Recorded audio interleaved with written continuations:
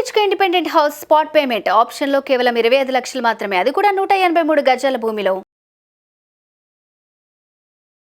Sir నమస్తే sir. నమస్తే అండి. సుందర రామి రెడ్డి గారు, ఏదైనా ఎమర్జెన్సీ వచ్చినప్పుడు, డబ్బులు అవసరమైనప్పుడు, ఏదైనా ఒక పర్సనల్ లోన్ తీసుకోవాలి అనుకున్న సందర్భంలో మన దగ్గర ఉన్న స్టాక్స్ని కానీ లేదంటే మ్యూచువల్ ఫండ్స్ను లేదంటే బాండ్స్ని తీసుకెళ్ళి తనఖా పెడితే తక్కువకే అంటే తక్కువ వడ్డీకే మనకి లోన్ వస్తుందని ఈ మధ్య చదివాను. అది ఎంతవరకు కరెక్ట్ అంటారు అసలు? అది అవునండి, అది కరెక్టే. అది ఎందుకంటే పర్సనల్ లోన్స్ అన్ని కూడా అన్సెక్యూర్ లోన్స్ కాబట్టి వడ్డీ ఎక్కువ ఉంటుందండి. అవునవును. అంటే సిబిల్ స్కోర్ బేస్గా తీసుకొని బిట్వీన్ ఒక 15 నుంచి 20% మధ్యలో ఇస్తారు పర్సనల్ లోన్స్.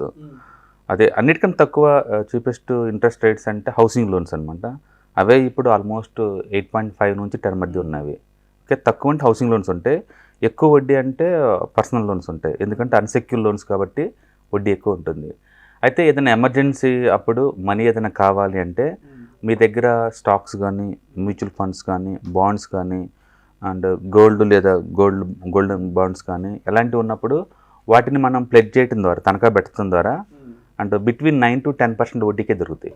ఓకే. అందుకని పర్సనల్ లోన్ తీసుకునే ముందు మీకు ఏదన్నా స్టాక్స్ కానీ మ్యూచువల్ ఫండ్స్ కానీ ఏదైనా ఉంటే అవి ఎట్టాగు డిమాట్ అకౌంట్లో ఖాళీకి పడి ఉండేవి కాబట్టి వాటిని ప్లెడ్జ్ చేయడం ద్వారా తక్కువ రేటుకే మనం వడ్డీ తీసుకోవచ్చు. అండ్ పర్టికులర్గా ఆ particular mutual fund company loan ఇస్తుందండి. లైక్ మన దగ్గర SBI మ్యూచువల్ ఫండ్స్ ఉన్నాయి అనుకోండి, SBI మ్యూచువల్ ఫండ్స్ని SBI బ్యాంకులకు తనఖా పెట్టి తీసుకోవచ్చు. మిరా అసెట్ మ్యూచువల్ ఫండ్స్ ఉన్నాయి అనుకోండి, ఆ పర్టికులర్ దానికి పెట్టుకోవచ్చు.